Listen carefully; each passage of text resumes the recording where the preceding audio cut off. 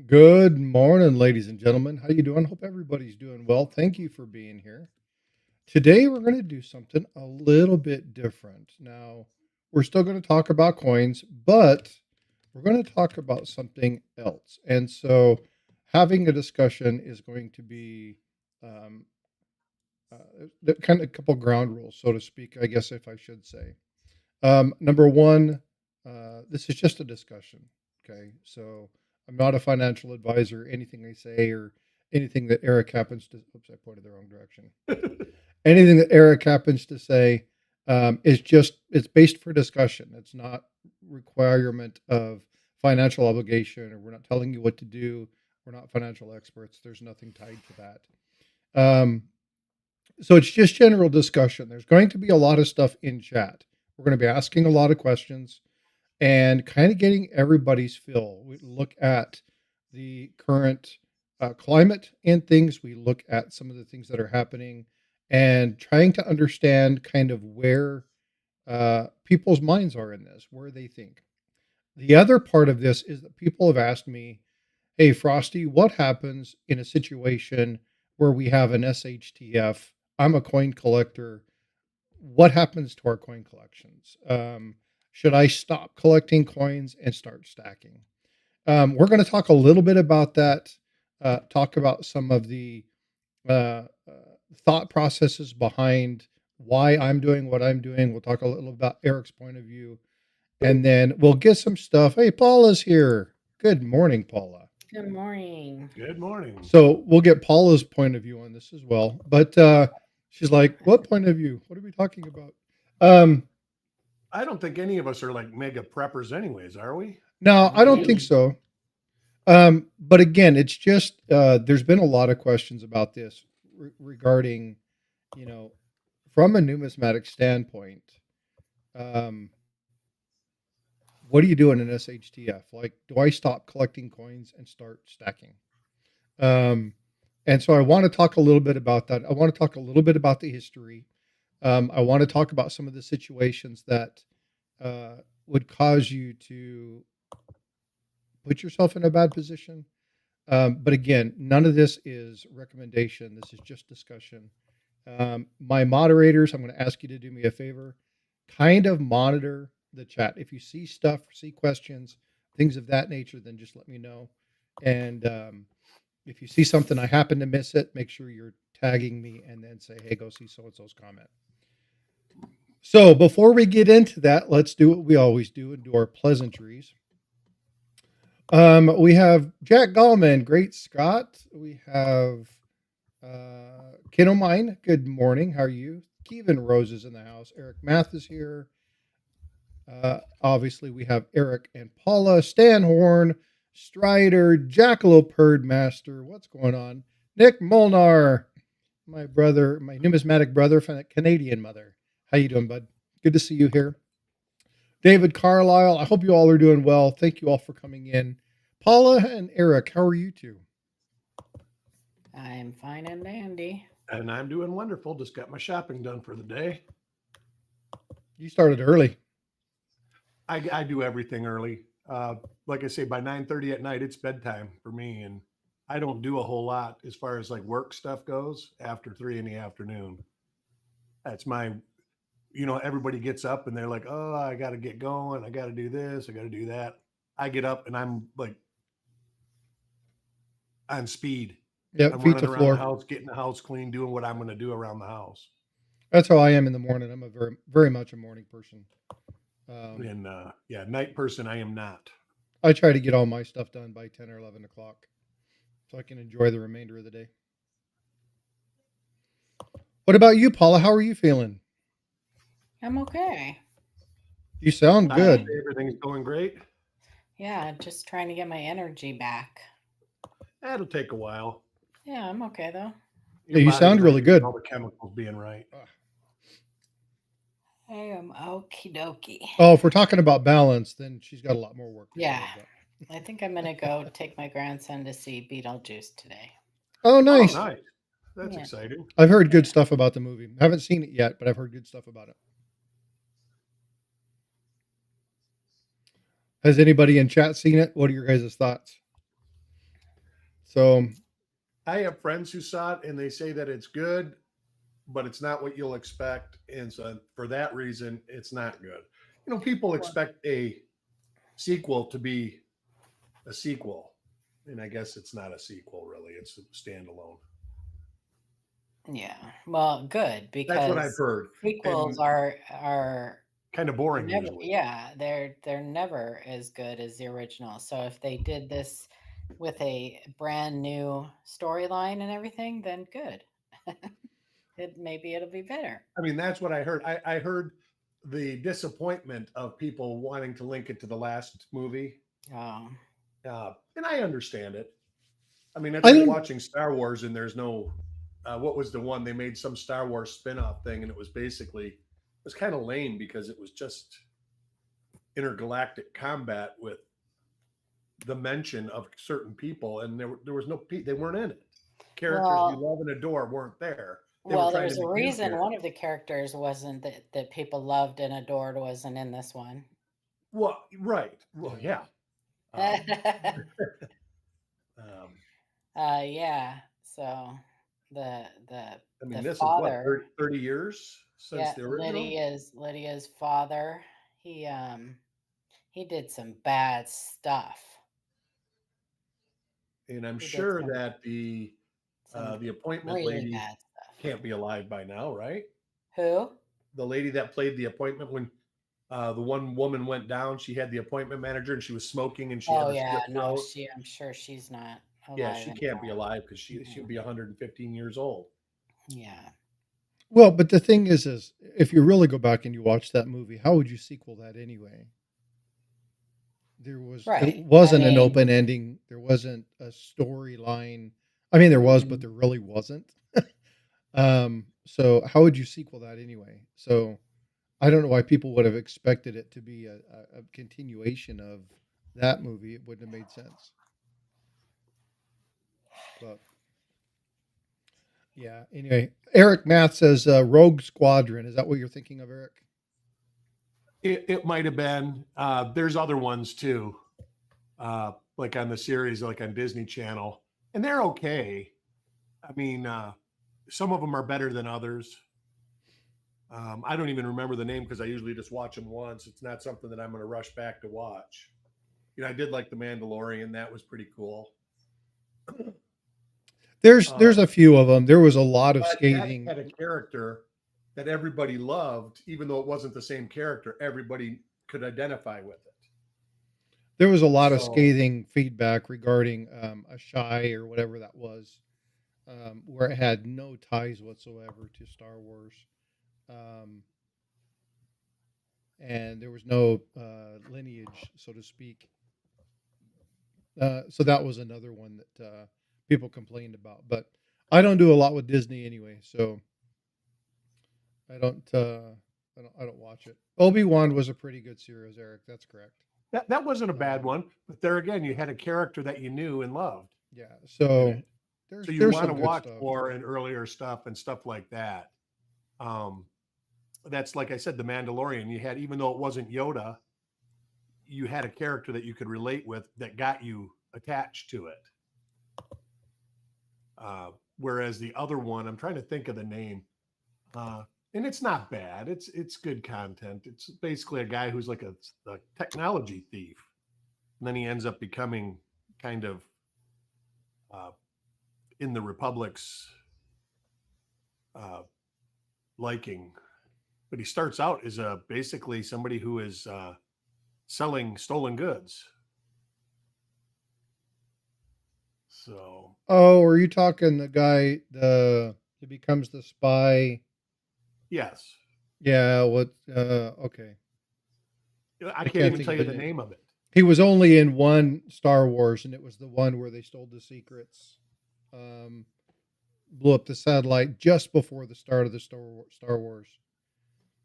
Hey, Brown Sugar, good morning. I can't think of his name. But But anyway, I mean, if you look at it, even Boba Fett, he was in all the, well, a facsimile of him was in all the movies because they say he's a clone. yeah. Uh,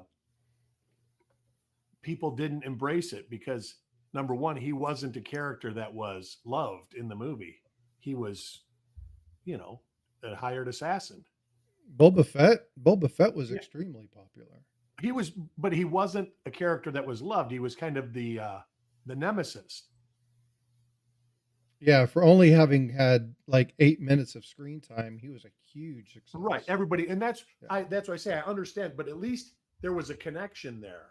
What's up, where you could Silverman? connect, where some of these other ones you can't. Even like the one that has the Jedi with the big octopus horns on her head. That's You a can- shy. Yeah. Yeah, you can kind of relate because she's a Jedi. She talks about all the people that you love in it. She does encounter Grogu or whatever his name is. And she does encounter Luke. So, you have things to draw you in to watch, whereas some of them don't. And I think Rogue Squadron is one of the movies that you don't really, it's just like, it's a starfighter fight movie. So, and I get the cartoon, Rogue Squadron cartoon. The kids love it because they love that. Well, but a lot of kids these days, it doesn't have to make sense. Right. They watch videos about stuff that has nothing to do about what's going on. Anyways, that was a good squirrel so- off into the abyss, right? Oh, we always get squirreled like that. Yeah, I have never seen those. Like I think I've seen for the first 3 Star Wars. So one thing I hate, but is genius from a marketing standpoint, is when they started doing like how Star Wars did it. They made like later movies earlier Yes. in the history of the events. So it forces people to go to watch it and go back and watch the entire series of the movies Well, to even some understand movies what's going on. where they And show the ending first, period. yeah, because because the ones we saw were so long ago, many of the younger generation never bothered to watch those. Right. So they watch these newer, I older, Prequels. newer, whatever, and they're forced to go back and watch the big, the first ones that we watched back in the 70s. You know what I Yeah. mean? 70s and 80s. Did you stand in line to watch those? I stood I in did. line for The first one hours. I did stand in line to watch. Yeah. Yeah, I hours. watched Star Wars when it first came out. I stood in line and watched it. I I think I remember was like 6 or 7, or I don't know. I was young. When did it come out? 70. 76, 77. Yeah, so I was 9 or 10. But yeah, I remember standing in line to watch it. I remember going to the theater for But it Empire was kind of Strikes a Back. genius in marketing, and then like Sure. the horror films started. They jumped on board and they started doing it, but I hate that. So I absolutely refused to watch. Hang on a second, my grandson's at my bedroom door.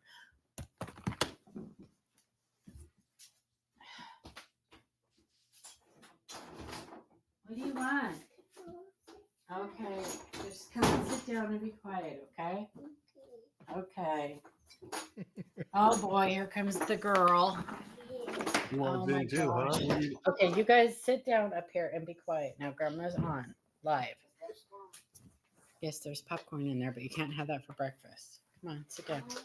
Okay, anyway, hi guys. I'm back. Anyway. The nobody joys else being is a good. awake. Hello. Hello. Hello. Nobody else is awake, so they come bug grandma. Oh, it's all good. Anyway, so I haven't watched those other Star Wars ones that are like Luke's early life, and I have no idea who that Dark Maul or whatever is. Yeah, well, the early ones are Darth Vader's early life. Yeah, Yeah, and it's really cool. I haven't watched those, so Can I see? Eric Matt says, could you tell how nervous I was hunting a roll in front of you and Chuck? Yeah. And you what shouldn't be, happened? because you hunt rolls just like I hunt rolls. You just look at the coins.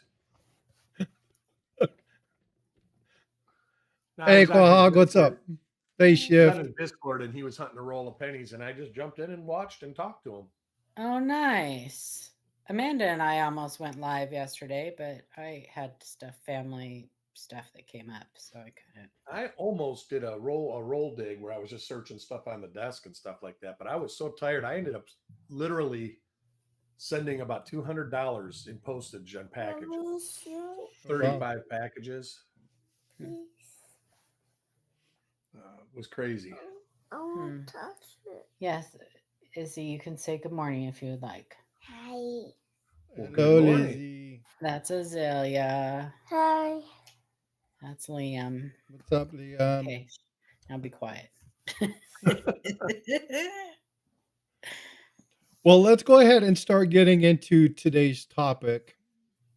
So first off, if you guys don't know what SHTF is, it's when the hits the fan. Okay, so that's basically the analogy of when things go bad. So when you hear this talked about in the stacking or the prepping circle, that's what they mean. Now, most of us on here already know what this is, but there's a couple things that I wanted to talk about. So I've listened to some conversations lately regarding prepping and getting stuff done. Now, I'll tell you right now, Mike is cutting out. Yeah, I know that's cutting Yeah, out. it's been cutting in and out.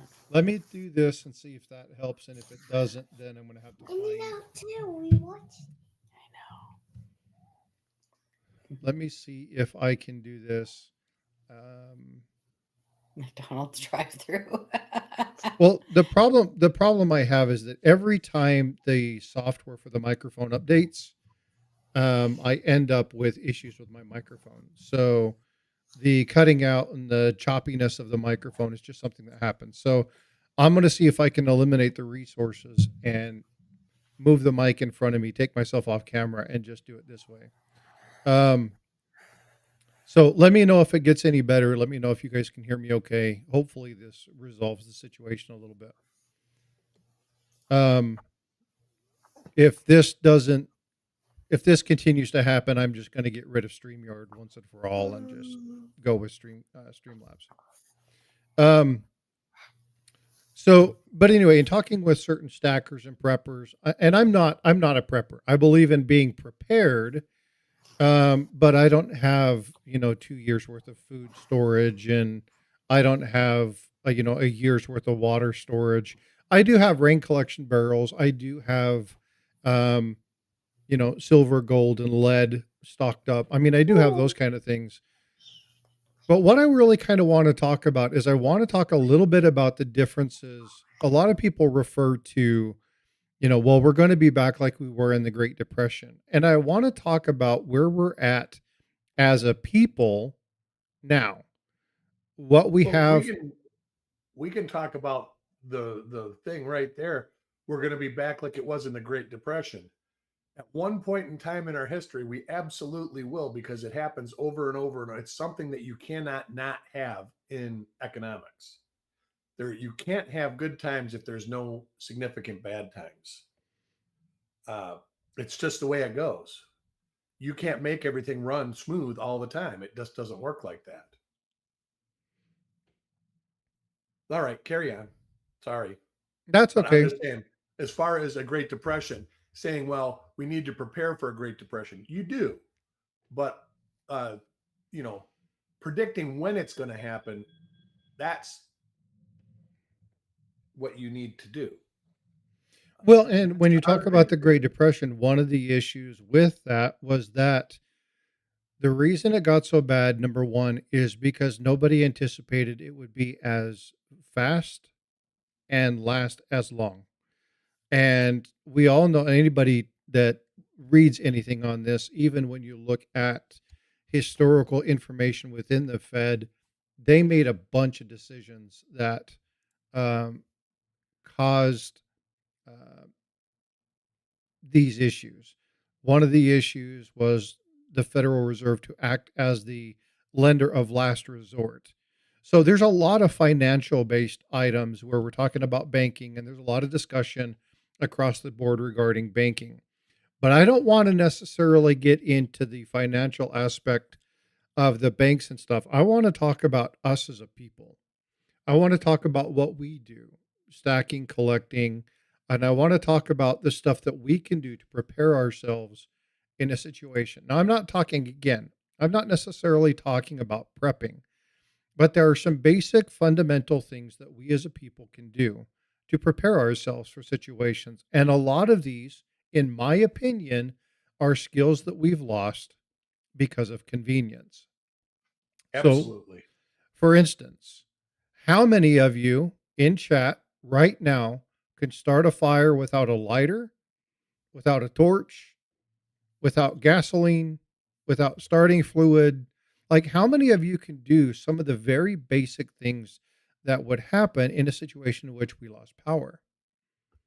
Right? Um, David Carlisle, find me. I'm lost. Yeah, you're not here. And so I want to talk about some of the, hey, what's going on, me? Check Stacker says I was an Eagle Scout. Eric Math, he practices doing these things often. These are the kind of things that I want to talk about because there's a lot of people here who have a lot of skills. Looking at Scotty Equality says, I can. I know me can. Shift Kicker can. Matt T Coins, I can. Eric can. Roxzilla can.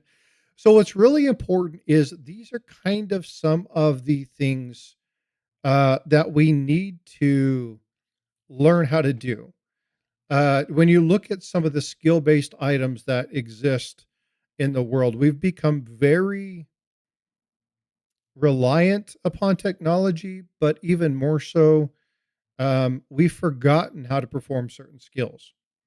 About gardening. How many people can grow food? Yeah. My wife, I love her to death. She is, when it comes to organization and management and things like that, but she can't grow certain plants. Like they just don't go. And we don't grow those kind of plants when I'm talking about that, by the way.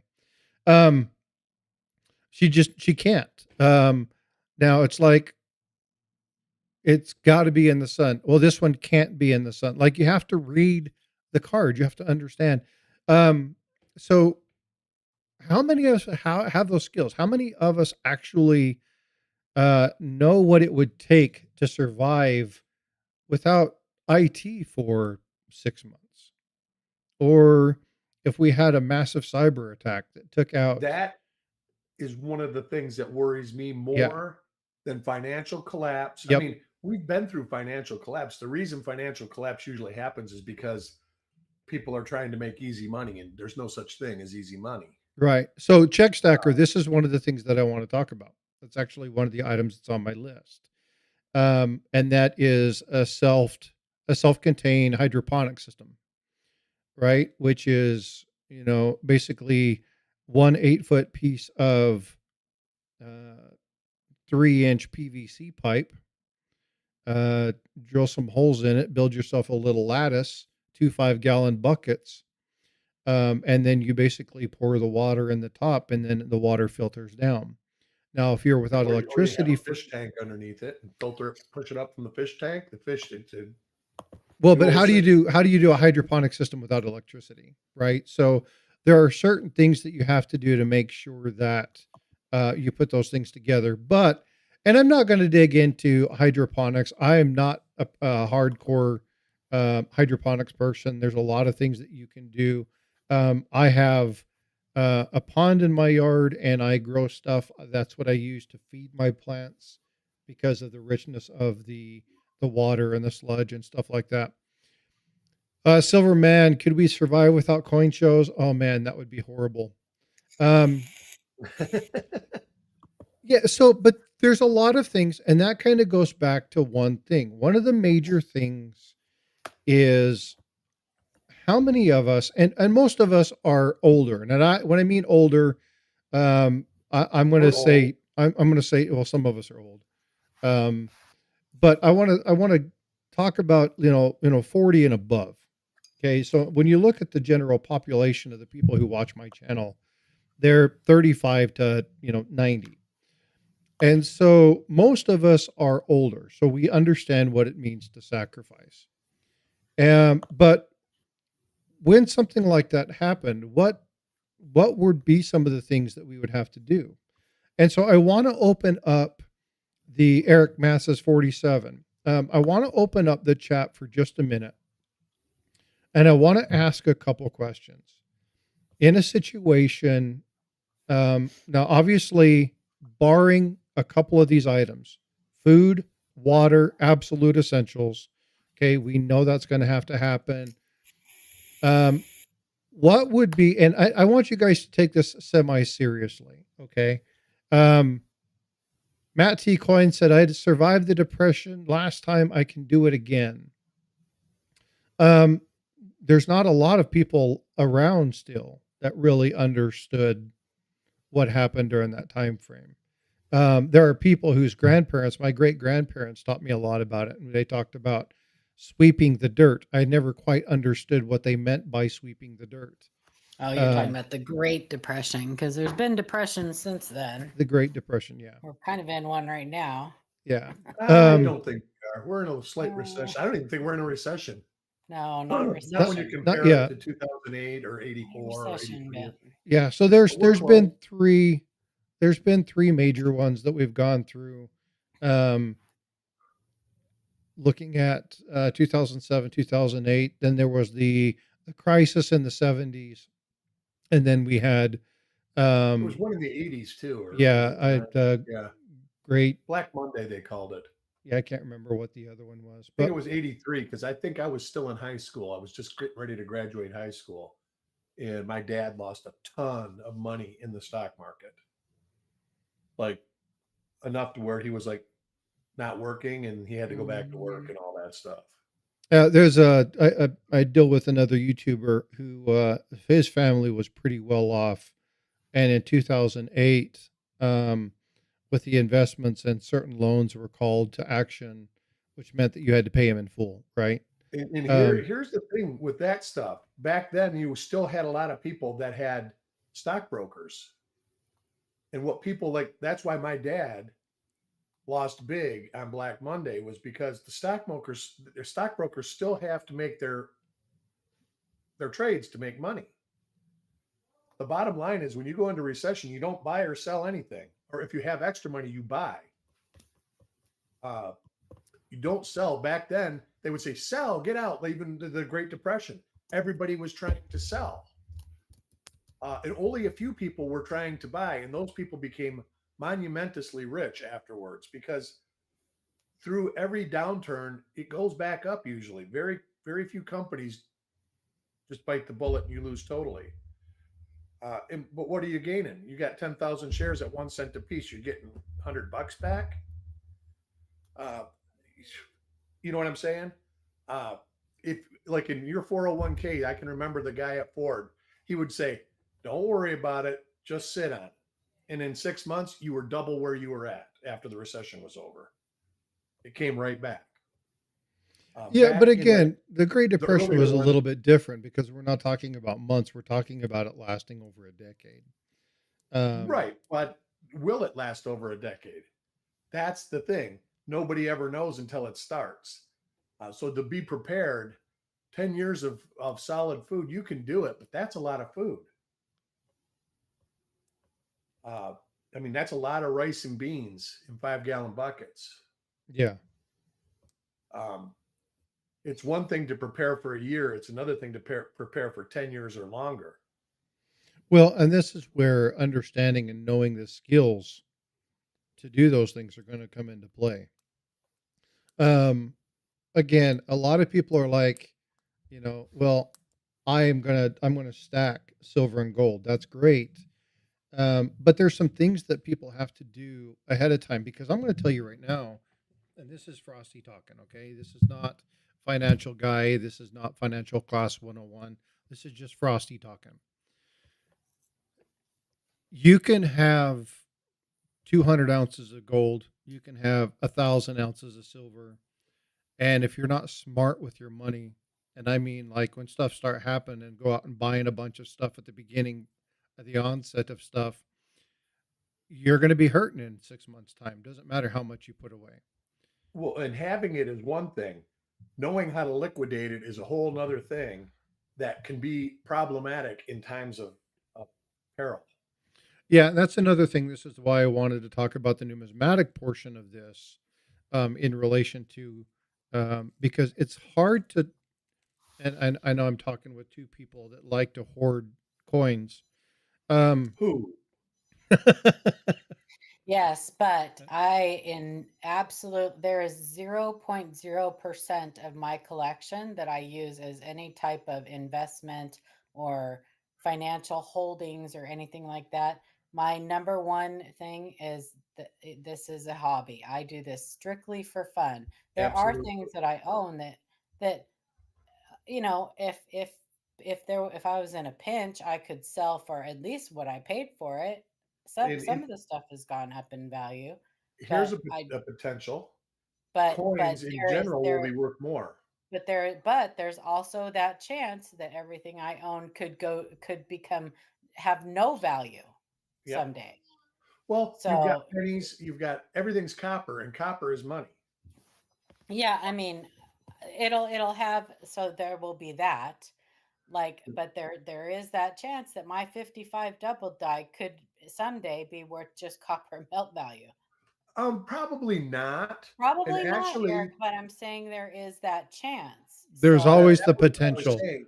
A there is great that There's so potential potential. for anything, a great and there's going to example be, a great example of this is stamps. yeah. Okay. Um, my granddad had a really nice collection of stamps, put a lot of money into it. When he passed away, I had done stamps with him. He had thousands of dollars in stamps. The stamp collection that I have now is probably worth $200-300. Yeah, there's Um, basically 14 stamps. there's not It's very just, many. Yeah, yeah, there's there's there's like a little 14 more. stamps the dealers will pay money for. Yeah, and it's just they're not a thing anymore. Now, will they ever be? Well, we can't say because art is cyclical. You look at various things throughout history, and you look at some of the values that gone up. For instance, you talk about the Cougarand in the '80s when it came to, gold value. Specifically, the gold Cougarand had a value of like $850 per coin, whereas our other coins were, $240 Now, why was the Cougarand so high? Well, there was just this thing about it that everybody thought that the Cougarand was going to be the place where the gold was going to be. Well, Um, that and there was this People mystery lost of their all the butts with Krugerrands Cougarands missing. in the late '80s, early Yeah. '90s. Um, and so there's always the potential for stuff to go up and down, but I really I collect a lot of stuff that I have. I am right there with Paula. My collection. I know I have a stack. I have stuff that is specifically designed. The intent, the purpose is to store some money, and it's not an investment. It's storing some money so I can do one of three things. Number one, I can upgrade the coinage, sell the piece that I want to sell to upgrade or to buy something really nice. Great example of this was I just purchased a 1928 peace dollar. I've been waiting and waiting and waiting. Found a good deal, got a really nice price for it, did some trades with some other people, got the money, was able to purchase the coin. Now, if I'm in an SHTF situation, I'm way worried less about collecting and more worried about feeding my family or something like that. So, understanding that the money's going to be there is great, but why do we collect? Right? And so, if you're collecting numismatics as a hedge against um, inflation or a way to preserve wealth, unless you're collecting some of the top pops, I don't think Yeah, you're you're making. doing it wrong. Yeah, you're not making very good investment choices. Um, Now, silver and gold, yes, I get that. Okay. Um, Coach's Magic, SHTF, living in fear and paranoia. Uh, to some degree, I think there are some people who go to the extreme. Now, That's right. That's what I was saying yeah, about a full blown prepper. Some of those people, it's just like, oh my God, man. but we also Uh, have people who are full blown preppers that live off the grid and live off the land and when, But they might not be doing it for the same reason that you're thinking. Yeah, Some of But them those just are the don't want. same type of people who had bomb shelters back That's right, Yeah. and they have food. They have 10 years worth of food. Yeah. And so the nuclear bomb shelters. when I talk about SHTF, folks, I am not talking about the be all end all apocalyptic, zombie I'm not gonna be apocalypse and around stuff when like that. I'm happens. talking about what would happen if we suffered a concentrated, and I mean concentrated, A concerted huge effort. bank failure. No, not even Yeah. that. A huge concerted effort by China or Korea against our food and water infrastructure, right? Well, all they'd have I to do is take out some of our satellites and stuff like that. I was going to say, Yeah. I think the Yeah. worst case scenario Take out as our far grid. as a recession and depression goes is taking out the electronics, is taking out the internet, taking out. There are so many people in this world that can't live without it. They don't know what life is like without it. and this is Anybody why under those skills 25. are going to be very important, Yeah, right? it And takes this is everything offline. yeah. So we talk about, this is an argument you'll hear between cryptocurrency and the reason to stack silver and gold. If you can't hold it, you don't own it.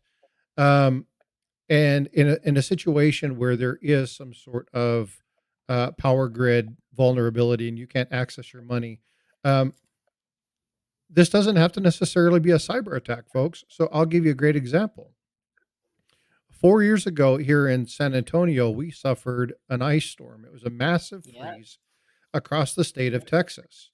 And we were without water, we were without power. Now, fortunately, because of a local subset where we happen to be on what they call an electrical vein. We didn't have any water, but we were able to maintain power through about 90% of that situation. So we were Yeah, able to Shay stay went through it warm. bad. He was one of the ones that didn't have anything. Yeah. They were melting snow on their barbecue outside. Like Yep. that's all they had was their propane. That's it. Well, look at 2000. Was it 2003? The whole Northeast lost electricity, and that was for 2 weeks. Yeah. And that was a simple switch station. Well, and That so went down. yeah, and so when you look at these things, there are natural events, there are unnatural events, there are cyber attacks, there's Mhm. conventional warfare. There's a lot of things that could cause situations like this. Again, Solar flare. A solar flare could totally disable everything in the Earth. well, I mean, there's so many things in the astrophysic realm. Neutron star, you get one that has a concentrated a gamma burst towards the Earth, and it would, totally dismantle any protective layers that we had, and would all die within a short amount of times. There's so many of those Oh my god. rare events that are possible. I gotta go. Right, man. I'm feeling good about the lottery today. Well, no, but here's my point to this is those aren't the events that I'm talking about, folks. But those are just as likely to happen as anything else. Yeah, well, no, they're really not. A solar flare? They're- A solar flare happens. They happen every day. And they Well, actually do. They cause do, damage but you're to the talking grid about a every global single day. catastrophe event. It's again, can they happen? Yes, they can happen. They happen every day. That's why I say there's the internet quits working in, let's say, Nebraska for 8 hours. Chances are it's a solar flare that caused it, and they just got to fix it. I mean, that's like anything else. Most of the stuff, it's small in scale and it's easy to fix. Now, the chance of it happening where it's large in scale and not easy to fix, that's when you start getting into increased odds that it's not going to happen. Well, and Eric just posted in the other chat 1859 when the one shut down. We didn't have the infrastructure for it. We didn't understand electrical shielding. There's a lot of things that were put into place because of events like that help protect it. Now, again, when you look at the electrical system and substructure of the early 1900s, compare it to now, the shielding that we have on a lot of our substructures, especially when it comes to high electrical grids, power lines, things of that nature, we're well suited for minor events like this. Now, can they do it? Yes, they have minor impact all the time, but we're talking about big, massive global events. They're very unlikely. The problem is that we can't judge when they're going to happen. That's right. Ask the dinosaurs about that. Another one that's in the news right now, if you guys have been paying attention, is we got an asteroid that's going to park itself not too far away from our moon, here in the next little while. It's going to be a very near Earth orbit event. And depending upon some scenarios that happen, it could change the trajectory of this thing.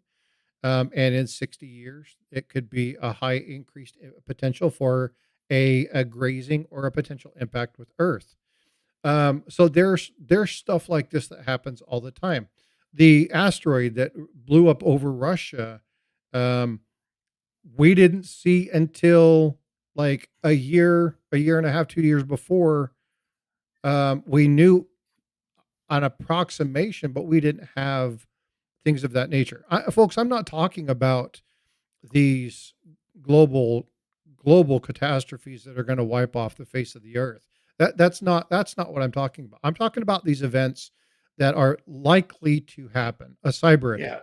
A normal recession, normal. Yeah. That's what I'm saying. Recessions and depressions are normal things that happen in an economy. You can't have an economy that is only great all the time. It doesn't work that way. Right. We go back to the great. They work together. It's like a scale.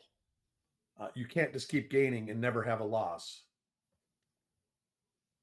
I mean, that's like my grandma. When I was a kid, I used to say, I'm so sad and this and this and this. And she'd say, hey, there would be no such thing as great times if you didn't have bad times in your life.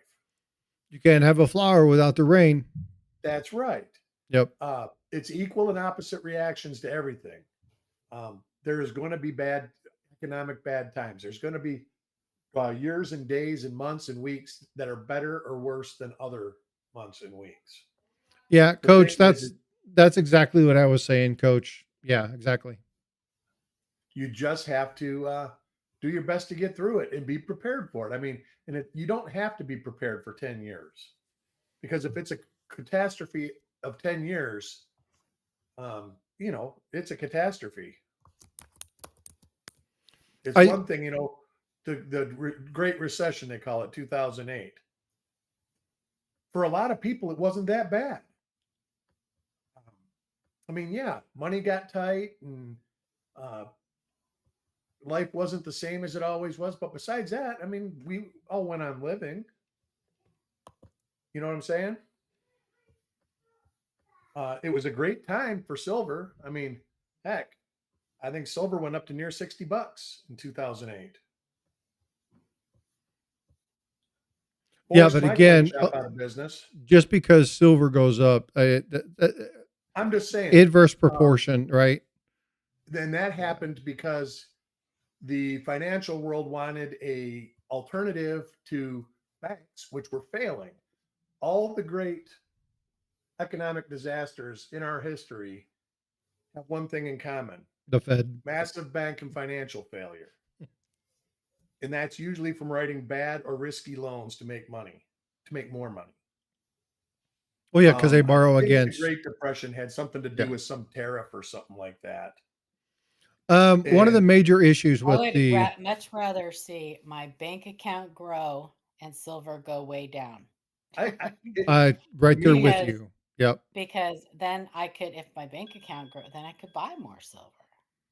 Yep, I'm right there with you.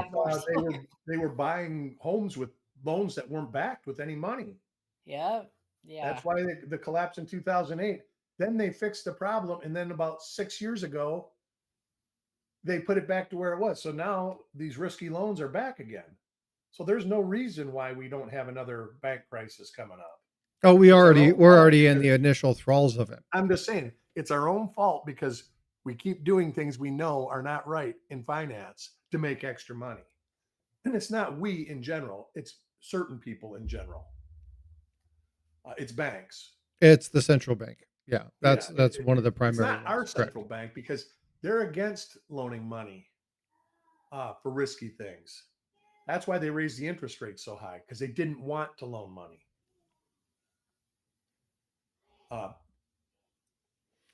Yeah, see, Eric, you're right, Eric Maith. We have a major crisis coming in commercial real estate. We already have the one. advent of working at home and all that, there's all sorts of commercial real estate that has no outlet to be purchased, sold, rented, anything. Yep. Hey, Chappie, thanks for the gifted membership. Freaking awesome. Trying to buy a house, and it's just absolutely ridiculous. It's completely crazy. Well, right now, me and Frosty were talking. The majority of the last year's inflation has been housing cost, insurance, and actual prices of houses. And I can tell you, my house is tripled in value in about 8 years, which is not sustainable. There is no way that this house is worth what they say it's worth. Mm-mm. See, that's one thing that's good about Texas. There's certain requirements, or there's certain limitations about how much your house can increase every year. Well, there is here too, as far as taxation purposes. But the bad thing is going to be with all of the people that refinanced their homes that's right, at higher estimated value, and it's not going to stay that. That's it's already going down. They're going down because and they're going to end up owing more on the house than the house is worth. Yeah, but unfortunately, when you raise interest rates, there's people that need to buy houses. Like you say, you're looking for a house. It puts. But nobody can buy because nobody's selling. Because if they sell, then they have to turn around and buy again, and nobody's selling. That's right, and it looks like interest rates are starting to fall a little bit. Yeah, but not enough. I mean, even if they go to 5% or whatever, that's still a lot. Well, that's what the system is based on, is 5%. If you ask anybody that's been like a mortgage lender for any length of time, they'll say that if you're expecting it to go below 4.5%, the 1 3/4 to 2% loans, that's a dream. No, it's not though. It was that 4 years ago. It was that 3 years ago. I refinanced my house for 1.75 in 2021. In September of 2021. And I because and it's not a full, like my whole, I don't owe on my whole house, but I took out a small. You want to hear something? On my first house, my interest rate was 18%. Mine was 9 in 1984. Ouch. Yeah. Yep. Well, the house only cost $17,000. Well, yeah, well, that's what I'm saying. And you took a 10 or 15 year loan, but that's when you could put $1,000 in the bank, and you literally made $50 a month in interest, because they were paying 18% in interest. Yeah. That's before money markets and CDs and stuff like that. You had a savings account. Yeah, when it was actually a savings account. Yeah. And that, you hear people like for buying houses, I really sympathize with somebody trying to buy a house. But for the first time in 25 years, my money's making 5% in the bank. So there's something, 5 years ago, all savings account were like 0.000175%. So unless you had like $50 million in the bank, you weren't making any money. It was costing more than to save your money with the bank fees. I've never seen a bank loan at 5%. I've never seen a bank at 5%. Right now, now they're probably down, but we were getting them 5.015 at my credit union. If you did a 1-year CD, then it went down to CDs. Rate. Okay, that's different. My money market account was at 5%. Yeah, but that's different than your account, savings account. Right. Yeah. My savings account. You're talking something that's like apples and pears. But the difference between a money market and a savings account is, money market, they do the interest daily. On a regular savings account, it's monthly by a balance sheet. At least that's the way mine works at the credit union. Yeah. So you were talking about two totally different things there. So right. But what I'm saying is, for the first time in a long time, your money actually is making money. Just money that was just sitting there before. check stacker, that was always my question too. In a true SHTF situation, I can see people bartering salt and like You're not wrong. Salt was plant the first seeds and stuff currency. like that. I do not see them bartering precious metals. And like I say, bartering precious metals, the thing with precious metals is you have to have an outlet to get rid of them. And not everybody says, hey, I know this guy and he's making a little transistor in his garage and he needs silver or gold. Those And are the this, people that are going to be buying precious metals, are companies that can't get precious metals through the actual system. So they're looking for people that have precious metals. and this all goes back to the very first statement that I made, that the best thing you can do as far as prepping is learn skills. Yeah, I mean, learn like how a to penny. garden, Learn, hoard yep. gar- And this hoard all vegetable goes seeds. back. We can talk about finance all we want. You can talk about numismatics, but I'm going to tell you, during the Great Depression, a lot of people took their gold and silver coins and buried them. A lot of Yeah, people learn put that them things out in the small outhouse. engine repair. They ripped their toilet seats off. They built little shelves, put things over it, and hid their money in their outhouses. And I have a good friend of mine when I lived in Utah who he did metal detecting, and he always went to these old properties and asked where the toilets were. And he would always metal detect around those areas, and he always found amazing stuff. So when you're talking about, our coin collections, and you're talking about things like that, a lot of that stuff is not going to, we will be able to use it as payment for certain things. I can see that in a situation where we have a financial collapse. Correct. I can But if we see that. lose, But in a true, like, where there's no food, things like that, I don't Yeah. see. People are going to Yep. be worried about food. They're not going to be worried Yeah. about silver. yeah. So in that regard, here's some of the things that I would like you guys to start thinking about. Okay. Now, one thing that's really nice about today is, since the premier train ends no more, we can talk as long as we want to. Not a big deal. I don't have to quit at 10 o'clock to get over to a premier train, which is both happy and sad. But here's the thing that's going to, so yeah, Kevin, seeds, right? Looking at things like, and Paula said salt. Yeah. Salt was a Yeah. preservative used to protect meat, right? So Well, that if was you, my statement at the beginning. How many people can grow tomatoes? How many people can actually grow vegetables in their yard? these Small are things engine that repair, people learn need how to do start small to engine learn, repair. right? And if you're older, folks, and again, my generation, my granddad, my Gotta great go by granddad, water. they all taught me the importance of, maintaining a yard and how to garden and watering and understanding things like, Eric, foraging, right? What plants Penicillin. are edible? Um, Penicillin. how many? Oh, so here's a question. Put a 1 in chat if you guys have a farmer's almanac. I can look. Oh Lord, I these used to. I haven't bought one of those in 20 years. Well, I don't but have it printed. how many of you? No, there's a couple reasons that I'm asking this. I My have one, parents always had one. right? And I get one every couple years. It's something that I learned, and a lot of people are like, "Why? Why would you want that?" It's like, well, remember, folks, if you're in a situation where we have, a massive storm or something like that, or things of that nature, you don't have the internet. It's not available to you. So where's your information going to come from? It's good that you should have, yeah. Well, so Kevin, everyone should put a 1 because they have access to it. But again, everybody should have copies of some very important documentation. Well, Farmer's everybody should Almanac. just know when the first frost is, when planting season starts. I mean, Some of that those was things. my big thing when I moved to Florida, is I was an avid gardener in Michigan. When I moved to Florida, it's a whole new. Exactly. It's totally different here Exactly. than it is up there. It's way different for me when I left Idaho, Utah area and came to Texas. My zones changed. There are certain plants that I can have here that I couldn't have up there. There are And also there's things I plants that have you to be can't very have. careful for because of temperature and things of that nature, right? Some of the soils are different, so there's certain things that fare better here.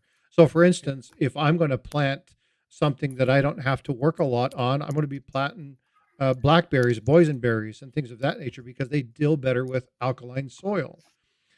So it's important to kind of understand this. Now, for some of us who were older, we had training in this. But my point is, if you want to prepare your families, you want to do that. Teach your kids skills.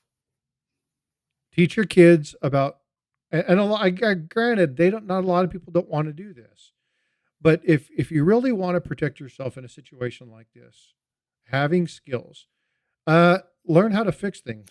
Skills. Yep. Okay. Learn how to fix things, how to put stuff Eric Mays, together. try growing tomatoes in the summertime in I Florida. am Peppers. a Bible. Buy Yeah. them a Bible. Buy them a Bible. Yeah, that's Just definitely a good. saying. I had Yeah. to throw that out there. I had to throw that out there. Anyway, carry on. Eric says his 10-year-old's better than most. And that's rare. That's good because I've got one kid that enjoyed gardening. Yeah. The rest of them, they were just like, nah.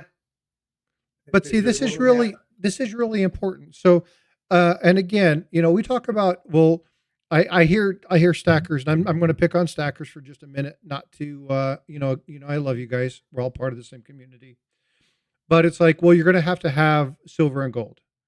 I'll tell you right now that I would much rather learn how to grow plants that are native to my area that are going to cost me less water. I'm going to have to worry about less resources that are going to sustain me, than worry about how I'm going to have to figure out how to explain to somebody else how to cut up that 10-ounce bar to pay for some piece of whatever. Well, and then who are you going to sell it to? That's It's going to have to be the people who already have money.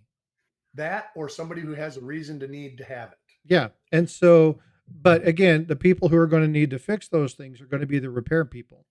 They're going to be the ones that need to know what's going on. Copper works too, Kevin. Yep. That's a great comment. Again, one of the biggest ones is if you really want to store some things that are going to help you in the long term. Paula nailed it with salt.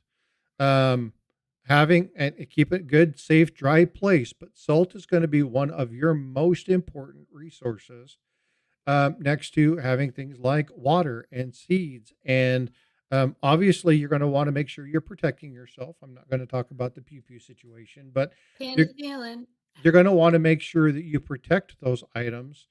But yeah, so when you're talking about, there are some good things. You can do things to keep water pure. So silver has its other uses. Copper does the same thing. Yeah. Rusty. I mean, you look at algicides for pools. I learned that from pools. The best algicides are either silver based or copper based. Well, yeah. So Southeast Stacker, that's exactly right. People, paid salt. Well, but that's in the world. Last week we talked about famous quotes, and we talked about these things about history. And one of these things I like is idioms. I love idioms. Where did the phrase come from? And a man was worth his salt. Now, what they meant by that is a man would be paid for it. So, a good hard worker was worth his salt. So that meant that a really good worker was worth the payment of something that was considered a precious commodity, was something that was extremely valuable because you could use it not only for flavoring, but in the preservation. Because again, you're talking about losing electricity. You're talking about losing things like refrigeration, right? Unless you live in an area where you can ship ice from the mountaintops, i.e., what they would do back in Rome times, go up to the mountains, cut blocks. And then what they would do is they would take like hay, and stuff like that, put it in a basement, and then basically they would bury the ice, undig it, pull up a little bit, and it would stay for up to a year. But salt is going to be one of those things that's extremely important. Obviously, having access to water, clean water, how to clean your water. That's probably the most important thing that people don't realize. Yeah, water is going to be huge, right? Clean water is going to be very difficult. Yep. When you have 300 million people taking a dump all the time. Yeah, you have to learn to purify water. Learn how to purify water. Yep. So having those things in place, having some extra carbon, right? So Having a some silver few and stuff like gallons that. of bleach is not a bad idea. Like maybe like 500 gallons. Or iodine. Right. Yeah. So, and making sure, so yeah, Southeast Stacker, making sure you store your water properly. That's going to be definitely a plus. Um, you're going to want to make sure that you uh, have a way to keep it clean, cycle it, stuff like that. Right. Um, you're going to want to have a little bit of salt in your water to make sure that, because you want it more saline than you want straight, whatever. You want to watch the pH and stuff. So there are things There, like that, but there's essential skills. There are some things that you want to do, and the questions that came to me were like, hey Frosty, what are we going to do with our numismatic items? I was going to say numismaticists, just Numismaticist. because when I first started Numismatist. I always Numismatist. said that wrong. The numismaticist. you know how I'm not saying anything. But again, skills are going to be some of the most important things that you can do. Okay. And so, not to knock, again, stack, prepare, have your money, do that kind of stuff. I'm not saying that it's not wise for you to put that stuff away, because there is going to be a place for all of it. But the more fundamental, the more bottom line, bare bones choices that should be made are stack and collect those things that are going to genuinely preserve your ability to provide. If you hunt and you don't have salt, how are you going to store your meat? If you guys have ever been to Alaska, got to have a great friend of mine who has 300 or 400 acres in Alaska. And for 2 months, all he does is he gets into Dry his fish. boat. But he does two things. So he does fish. He drops lines, and they do that. No, I mean dries it. They dry it and make They jerky yep, out of the they do. fish. But what he does is he goes and takes old conifer pines, cuts them off, and then puts them in the river where there's these little jetty areas where it's kind of a little bit more calmer water next to rough water, because this is where fish like to spawn. And so what he does is he puts these conifer pines in the water, and then the fish spawn on the pines. And he goes and pulls these things. It's a skill he learned from the nomadic tribes that have passed through there. The what do they call them? The Eskimos. There's the Inuits. I think that's what they're called. I can't remember. Um, but he collects those things, and then what he does is he stores them in a saltwater solution, and then they eat those. They have salmon and stuff that they collect, and they hang them, and they dry them, and they smoke them, and then they do uh, they salt them, and then they, like Eric was saying, they jerky them. So some of these skills, and understand how to preserve. So you can hunt, but if you can't preserve your meat, it doesn't help you. Um, learn how to garden, but you still have to be able to learn how to preserve the items when it's harvest time. How do you Learn preserve how and to store bow grain? hunt. Learn how to bow hunt. Yeah, Learn exactly. how to can food. Like Well, eat rugby. those are some of those skills. When I was younger, Skills. my mom and my grandmother and my great grandmother and my aunts, they would have canning sessions. I And used to do it when I was in Michigan. I grew basically all the vegetables I would use for a year. I had a garden that was about 100 by 60 feet. And yep, I'd grow everything and I'd can it in September through October. I was canning every day.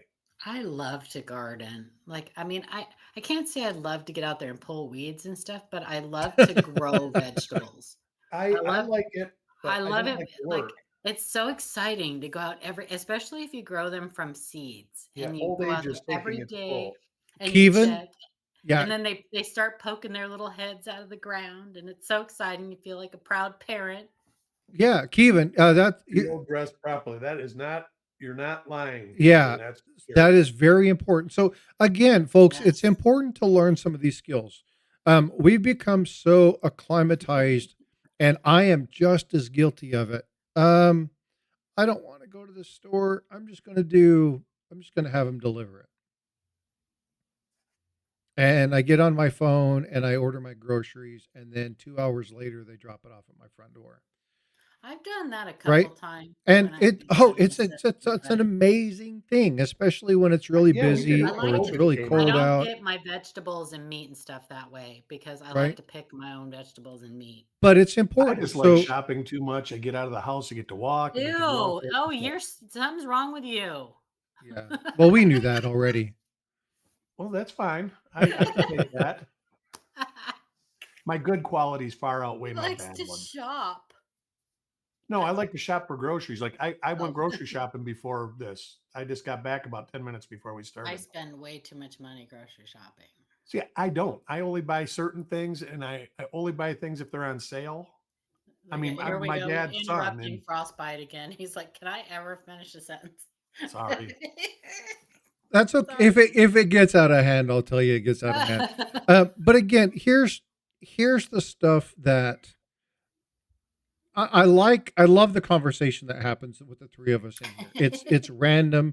It's rare. Nobody has any idea what the hell's going to be said.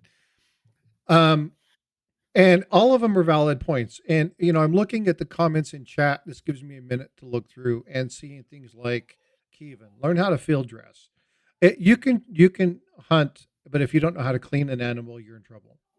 That's Really, Cleaning a fish, storing a fish. knowing how to hunt is another whole thing with the field dressing.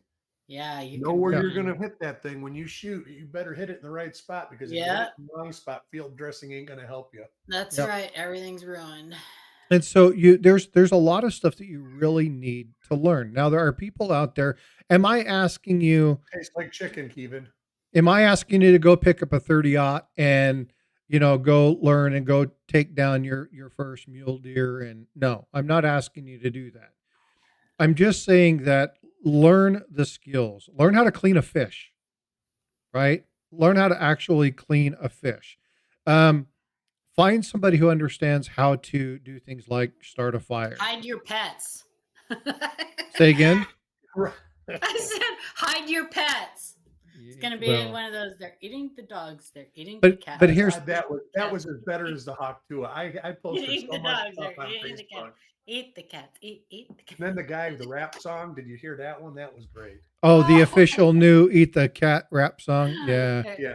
I saw that There's one a too. dance and everything that goes with it. Oh my Uh-huh. gosh, it's fantastic. Key deer wouldn't feed a dog. No, they wouldn't. They're small, but even regular deer. I'm in South Florida, and they get these big giant antlers, and they're literally. I had a boxer. They were like the size of my boxer with these big giant antlers on it. But we got gator here. Lots of gators we can eat, and python. Hey, as long as you're not I'm screaming. sorry. I am sorry to say that I am one of those people that if there was a SHTF situation and I was hungry enough, you better hide your dog. Well, I dated a girl a long time ago from Thailand, and I asked. They didn't name their dog. Nope. Yeah, And that's she says right. it's because she says not that it has ever happened since we've been in the United States. She says, but when we lived in Thailand, there was a summer that there was a huge drought, and there was no fishing and no protein and everything, and they ate their dog. Yeah, They did it I to am that survive, not person. because they wanted to eat their dog, but they had a choice to make. Azure Well, Blues has TMI. yeah, Azure, I understand. I'm But just here's being honest. I'm sorry, but if I'm listen, hide your auntie too. oh, that's nasty. No, And so, yeah, I mean, not that I would do don't. it. I couldn't, because I don't would do just see well its being little hungry. glazing eyes looking at me. But I there's don't care. societies out there that's the norm. They have dogs running around the village that are pets, but they don't name any of them because they don't want to be attached to them.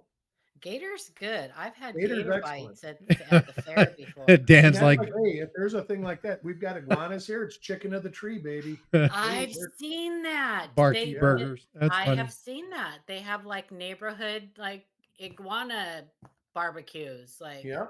And I got this soft pellet. Chicken of the Hey, Silver Selling Takes 'em right Machine. out. Welcome to the Die Clan. I appreciate you becoming that's a member, funny. my Chicken friend. of the trees. Thank you so much. Yeah, I again, these are we say this jokingly, but again, you look at Yeah.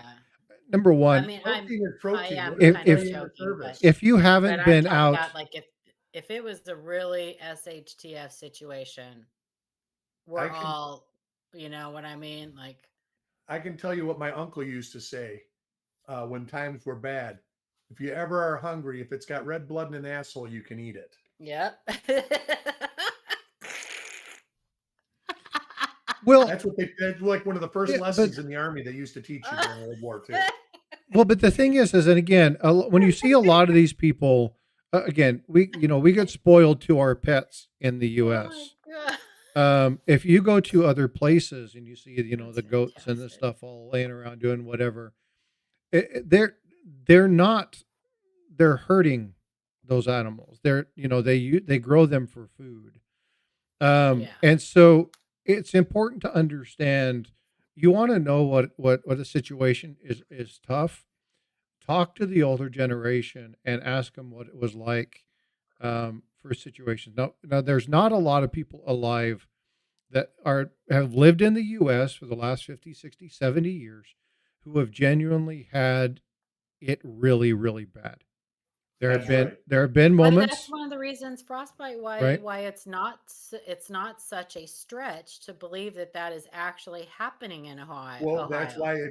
it potentially Because those time for it to people, happen. it's not only for food, they use them for rituals and stuff too. They are a completely different Oh, you're talking about yeah, that's a different subject, but yeah, that's no, where the I mean voodoo it's and all not that stuff why comes is from. it so hard to believe that that's actually happening? Because it's a different culture.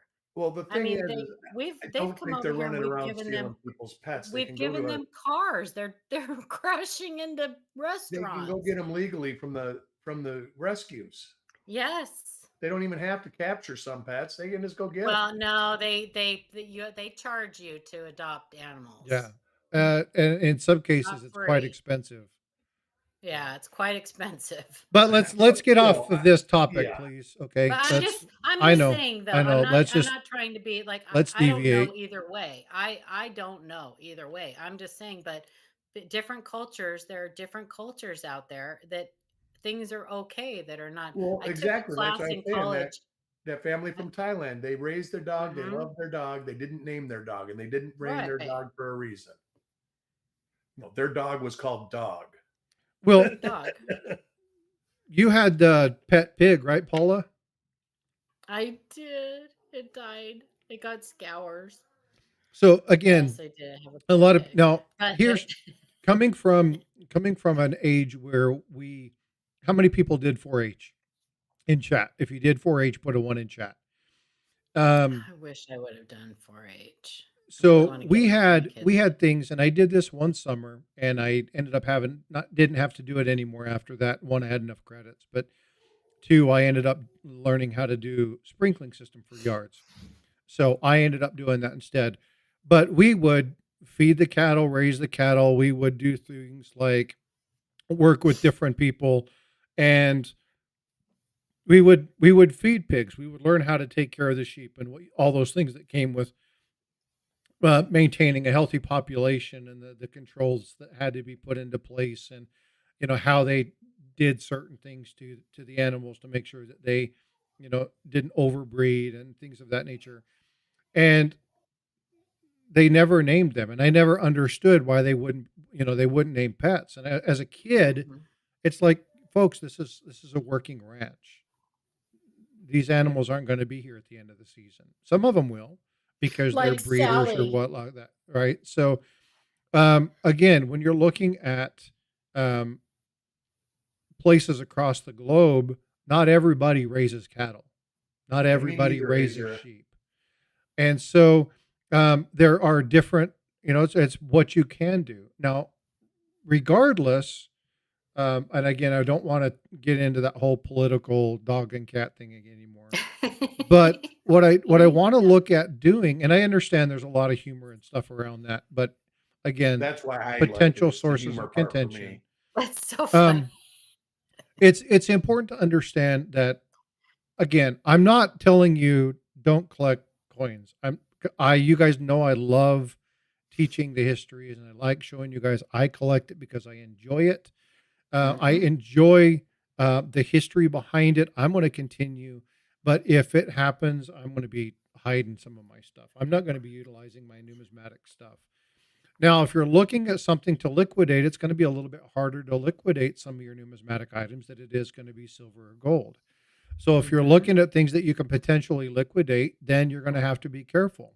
You And guys here's know, a good penny thing. hold on just a Most of second, the time, Eric. Hold on. okay, Pistol Packing Pilot has a great example of this. He has a full collection of AU or better seated Liberty half dollars.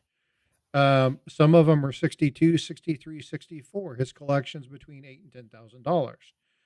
He wanted to liquidate some of this stuff. He could not find a buyer for it. And it's Then he's looking because, in the wrong well, places. but we're talking about an entire set. A lot of people just don't have the money to Well, yeah, don't drop a have it. it bunch of is stuff, hard to sell entire sets like right? that. Most people And will sell so off their key dates they and You get want to it all sell done off before it's individual time. ones. People only wanted to buy pieces of it. And he was like, to try to do this as a whole, it was very difficult. And Mhm. so, we worked with other people and he talked with other people and eventually was able to take care of it. But when you're talking about collecting and doing things of that nature, people are more likely to buy the one than they are the whole set. So Mhm. having realistic expectations when you collect coins, what is the purpose? Again, Paula stated this at the very beginning, and it's very important for people to realize the importance of what she said. I collect because I like it. That's Mhm. right. It's not an investment. Most And collectors so do though. have now it's different when you're talking about these really top pop items. That's And different. the best of the We've had best that and people, discussion. competing. Some of these people spend ungodly amounts of money. Look at the Stella that just sold from Great Collections, $427,000. Yeah. Uh, it's my house. It's unreal. And so, the people who buy these big items that they actually maintain their value and they're probably not going to drop tons are going to be those high end collectors.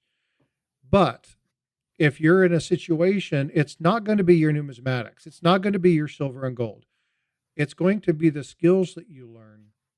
It's going to be having some of those items that are going to help you survive. So again, I don't want people going, well, I don't collect coins because if a situation happens, I'm never going to be able to do it. Well, guess what, folks? The Great Depression happened and we still have coins from that era. Yeah. But there's an unfortunate thing that is happening to our hobby.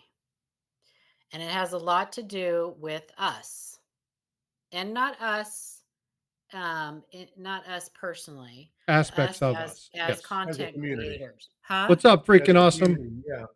As content creators. Yeah. And most of us are not guilty of this, but there are the few out there who are souring the hobby because they're giving new people coming into it, a false impression that this is a get rich quick hobby, that they That can is the find. problem with the hobby. That Yep. is the hobby. It's an unfortunate thing that's happening, and it's not bringing more people into the hobby. It's making more people shy away from it because the instant they find out that they have been had, that they're not going to get rich by finding stuff in their pocket change and stuff like that they should just be doing this for fun and treating it as a hobby, treating it what it is, for what it is.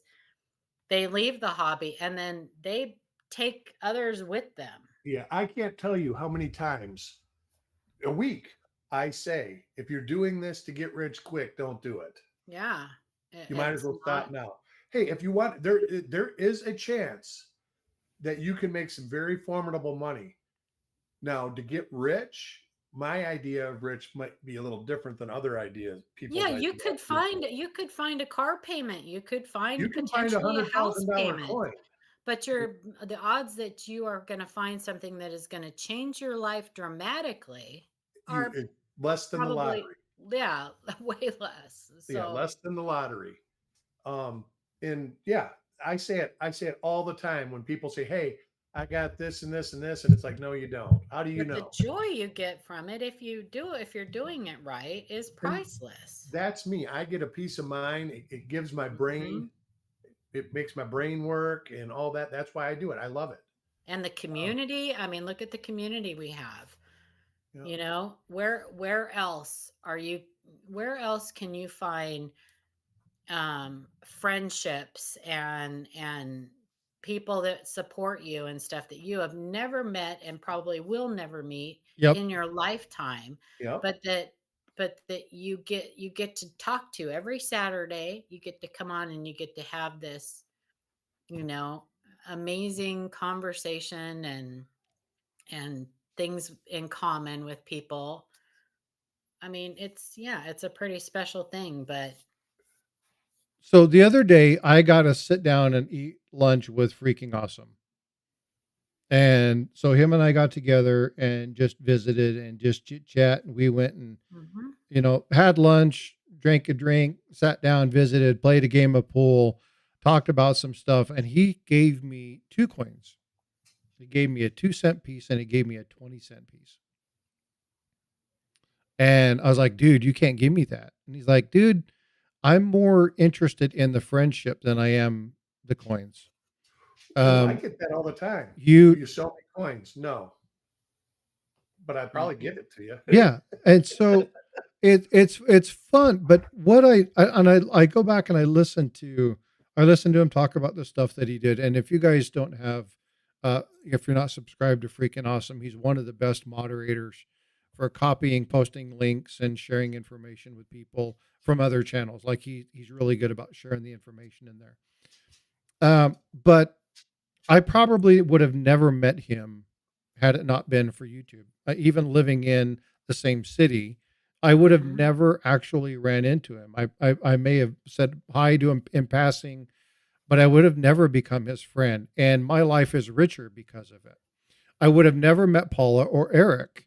Um, One, we live in different parts of the globe. The United States. I never would have came into that position. My friend Tiger, I would have never met him. Um, and him and I are great friends, and we talk about things. And so this community has done a lot for me. So when I talk about stuff like SHTF and what is SHTF and what are those things that you can Mhm. prepare for, these are all things that we can talk about because we all have differences in story. We all have differences in viewpoint. We all have differences opinion. But what's happening right now in our society is a division of people. Okay. And take out the politics from the group of people that are in chat right now. Take the politics away from it. And we all have fun conversations. We laugh, we joke. We're sad when some of the members of our community pass away. Mhm. We protect each other when we find out somebody's out there to manipulate or to play. We reach out there and we grab a hold of them. There are people in this community that some people cannot stand that I'm friends with.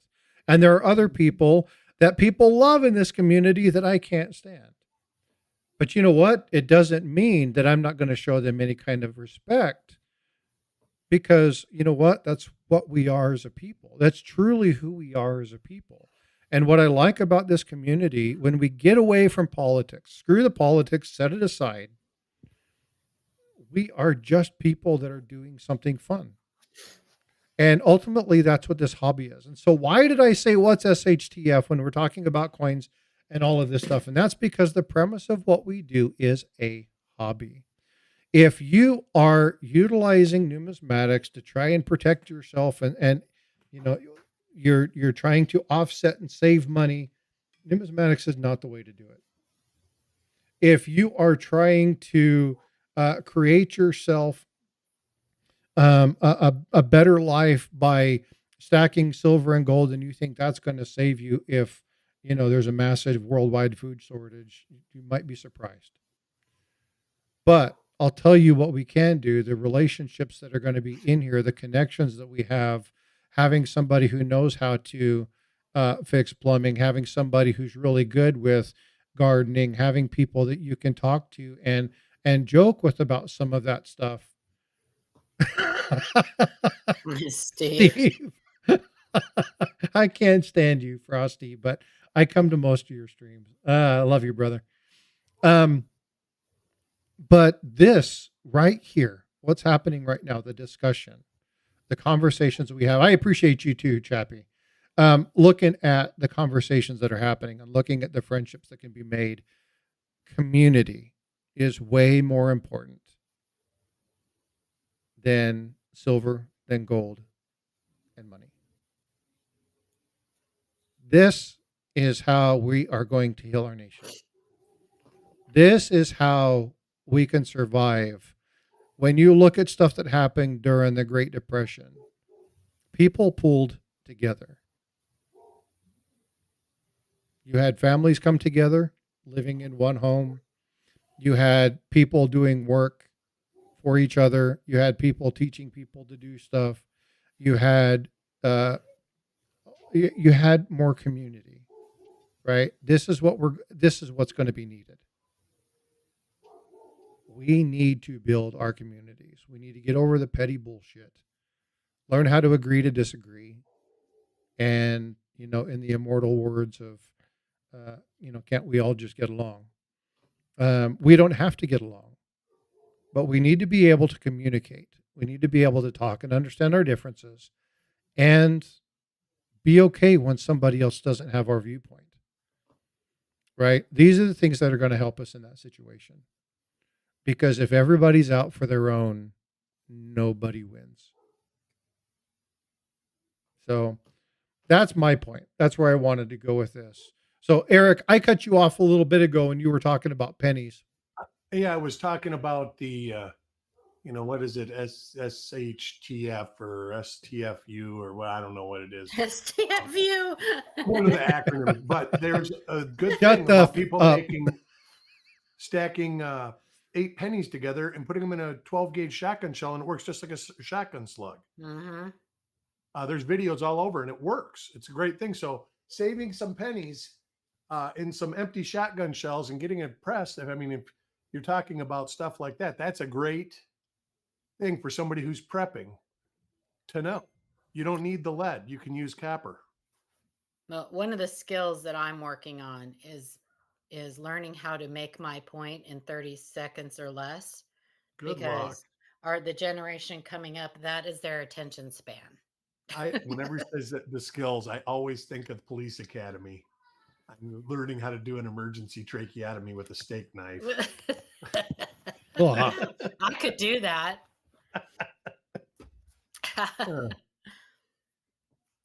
Yeah, it's going to be very difficult in the future to communicate with this generation coming up, because if we don't do something about getting them off of those phones. Hey, coaches, I think that the message is you can have your hobbies, and your hobbies can actually be used. There's certain things within a hobby that you can use within your everyday life if you have to. Yeah, Coach, that's a great way to summarize it. Treat it as a hobby. It's just supposed to be fun. Just treat it as a hobby. There was a question up earlier that somebody says you can purify water with silver or copper. Technically, you're not purifying. They're antibacterial, so you're removing bacteria from the water. It doesn't mean that it's purified. It could have other things. It could have an amoeba. Right. There's another thing that you can learn to do, which is very, very easy to do, and that is steam distill water. So you could take any water you can get your hands on and steam distill it. And make because clean, you fresh just drink water. the condensation, right? Yeah. And if you want to conserve energy, you can distill too. Yeah, if you know how to distill alcohol, you know how to distill water. It's the same process. He missed that joke, by the way. Spam.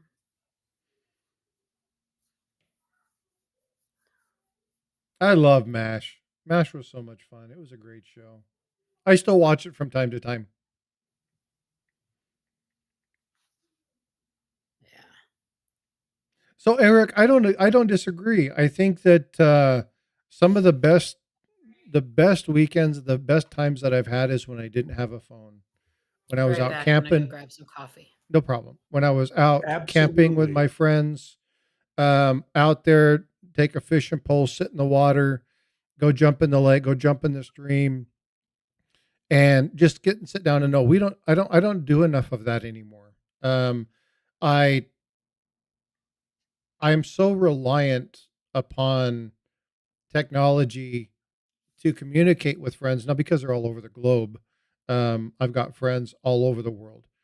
And so utilizing technology is a great way to use or to communicate with people, right? We can have instant communication. If we want to find something, we could find it out instantly. It's right at our fingertips. Um, but get away and actually dig into, um, I really do. I like what Coach said. Take and diversify your hobbies and find a hobby that you can use as a everyday skill or survival. I think it's great because it's important to learn those things because again, number one, it's good for us as a person to get out and do some work with our hands and learn how to do some stuff. Feel the earth between your toes. Doesn't necessarily Touch mean, grass. huh? Touch grass. Yeah, I mean, like get outside and do stuff and learn. I know there's a lot of people with severe allergies and they can't do stuff like that, but doesn't mean that you can't learn how to garden in your home. Just learn Right. how to do some of those skills because those are going to be the things that are very important if something severe happens. Hey, It's the start a basil skills. plant, start a Yep. hot pepper plant, just in a pot. So you Well, can have fresh basil. you know what I always used to joke with people. It's like chia pets. Remember those? Chia. Yeah. Yeah. You remember those? Um, they basically taught you at a very young age how to grow a lot of little simple like bean shoots or bean sprouts or thyme or parsley or things of that nature. But again, just research what grows in your area. Like start off and find out what in your area goes. Bo for Pedro, got to run, friends. Driving 3.5 hours to have dinner with Hi, SGT. Pedro. Outstanding. Well, have a good one. Be safe, Pedro. Text me, let me know you're good. Okay. I always, whenever I have friends driving for quite some differences, I enjoy when they let me know that they're good and safe. So, Pedro, if you'd please send me a text, let me know you get there and you're good to go. I would appreciate it. Jack of all trades, master of none. That's me. Well, I can't say that. I'm master of two because I have 2 master's degrees. So, but even then, yeah, it's just learn a bunch of stuff, right? And anyway, too much fun. So, what do we want to talk about tomorrow, folks? What sounds fun? You guys have anything that you guys want to talk about in chat? Paula, we can talk about you anytime. Talk about me. I don't know. Coins. Let's talk about Talk coins. about me. You want to talk about? I want to talk about. Me, can't say much myself, more than that. me. And I definitely won't sing it because I like you all, except for Steve. I don't like Steve, but I'm glad you're here. I had a Bob Ross chia pet. Those were hilarious. Oh, you know It was what? great. There is here in San Antonio. I need to look and see if I got it. There is a how to paint like Bob Ross class. Friendly little happy little. And baby. it's taught by somebody who actually worked with Bob Ross. I really want to look at doing that. I think that would be so much fun. Why silver palladium have lagged in the market? Gold has been the only real winner. Oh my gosh. Really? There's like 100 gazillion streams out there that you could talk about that with. Just saying. Master of, well, the thing that I liked And about, isn't it all just kind of guessing anyway? I don't know. I don't know shit. so there's, again, when you're talking about, don't get me wrong. If you're a stacker, you're a prepper, you're a collector, do what you enjoy, right? I'm not going to tell anybody I have collections that I'm trying to grow, and I have silver and gold set aside that if I need to pay for something in a situation where I get low on funds, or because of my job, if I don't get paid, I need to make sure I have something to cover certain costs of things. So I do it for financial stability. I think people should do that, but I also think it's extremely important. Ashes, what's up? Good morning, sir. Hope you're doing well. There's for my first responders, much love. Good friend of mine. Yeah, I don't know anything about that, Azure. If I was to guess anything, I would just say because to me, it seems like it's more stable Unlike than Paula. it's not as volatile as silver, and it just seems like if you go to any of those things and you look at the graphs that they have, which is what I kind of just go look at every once in a while, the graphs that they have, and you look at historical, like 5-year graph, it seems to me like it has a more stable, I don't know even how to say it. Like right now it's gone up. It's been going up a lot, but just seems like over like a 5-year, 10-year thing, it just seems like it's a more stable investment than silver. Hey, what's up, Angry? Good to see you, bud. Because silver has a tendency to like do a real rapid rise and a real rapid decline. Rapid rise Yep. and a rapid It decline. usually does rise rapidly during a bad economy. Right. Yep. But and there's other people been in the chat that have said the key isn't having it. The key is trying to get rid of it when you need to get rid of it. Who's going to buy it when the That's economy the is bad? thing, right? Like I said, I had a coin shop from the late 90s till about 2007, 2008. And I was like, you have to keep buying. These places have to keep buying silver at 60, and everybody wants to sell it. And I was like, no, I'm not doing it. I have so many friends that went belly up in the coin shop business because they didn't have the capital to buy $60 silver, and then it went down to $12. The thing is it went from 3 to 60 and then back down to 12. So a lot of them did in the long run make it okay because they were still selling that $3 silver at $50 and $60 too. And I think as a commodity, gold just has a higher buying and selling point. Like use jewelry as an example. Gold, that's why that was my motivation for getting out of it more. So then I didn't want to take the financial risk that was involved with the buying and selling. Is I couldn't do my hobby. I do this because I enjoy it. And all I was doing was buying and trying to get rid of scrap. I was a scrap dealer that bought coins for convenience. Most of the people that I bought coins from, it was convenient, so they didn't have to go to the bank too.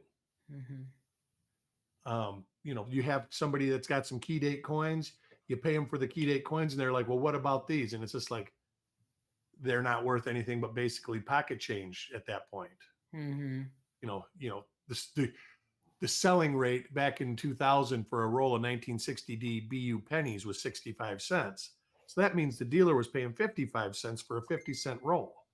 Well, that's one of the reasons why I don't do albums. A lot of people do, and and it is fun.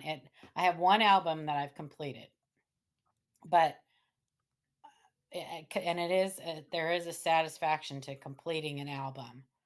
But when you go to sell it, you almost always have to break it up. Yeah. Almost always. Yeah, and that's the thing that I was talking about earlier when it came to pistol packing pilot and having collections. And don't get me wrong, they're a lot of fun to have, and I have a number of books. But what's going to happen is people are going to want to find those 2 or 3 items in each one of those books that's key date. And that's what people are going to want to buy because they only want to buy the items. Most people have everything else that I have. Well, and most series are it's fairly easy to complete an album minus the key dates. Absolutely. So most people can do that on their own, so it's not one of those things. Like a typeset would be something. A typeset album is something that I do see people selling as an album that does fairly well and They sells do. pretty easily, one that's completed. I just Oh, saw an average circulated $half typeset sell for over $300. yeah. It was in one of those capital holders, Hmm. plastic capital holders. Yeah, because a lot of people who buy those just want the completed typeset. Um, because sometimes those can be difficult to complete. Um, Well, and but what I'm doing with my typeset book is I'm but trying, it goes back to the fun, right? It is yeah. fun to fill an album. But one thing I'm Uh, trying to do with mine is in the ones that I can, I'm trying to make them key dates so that it's a even more kind of unique item, like oh, your the typeset? my typeset, right? Try to Yeah, make those yeah. the key dates, and Yeah, you can do all kinds of things with those. understand that the typeset book, I want to have two. I want to have one of really nice grades. Which date, it doesn't really matter for me. I just want really nice, good, clean, solid versions of the coins. And then the next one I want to do, which is what I'm starting to work on right now, which is the key dates. Um, I like, yes, Chappie, some of those Morgans are amazing. And I'm doing a video on Charles Barber.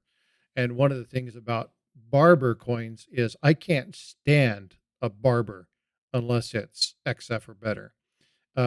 They look horrible when they're wore down. I can't stand the design. But when you get all the design elements there, it looks really, really good. Um, and so I want to have one album where I have some really nice quality Coin coins. album. And it'd be cool to have a really nice quality coin. Now, sometimes, even if it's not a key date, they're so expensive that $3, 4, 5, $600 if you get into the Gobrek dollar, or you get into um, your seated Liberty dollars, or you get into the trade dollars or things like that. You're looking at a couple $100 for just a G8 coin. Um, but if I can, then I would love to have some really nice quality ones. So I'm going to work on another one that's going to be the the higher quality, or excuse me, the key dates instead of just the higher quality. I think that would be a lot of fun, but it's going to take a Alexander long Smith, time to if get you there. want to do that, the best coin album to finish that brings the best money, be prepared to spend a ton of money. Um, because you're gonna get out of an album what you put into it, Yep. unless you like overspend and Minus 10% yeah. But a or fun one, 20%. it would be to me, a fun one would be doing the commemoratives, I mean, the classic commems. here's a thing from a coin dealer's point of view. Even the ones that buy and sell silver, they have a margin that they set. So let's say silver's at $25 an ounce. They don't pay $25 an ounce, very rarely, unless it's something special. Most of the time, for just generalized silver bullion, they're probably going to be, um, let's just say, buying at 23.50.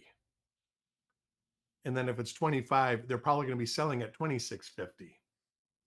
Everybody goes, well, that's not fair. Well, they're paying electric bills, they're paying help, they're paying all this. That's not fair either. So you have to have a margin built in. So when they buy a coin collection, they're not going to give you what you think it's worth.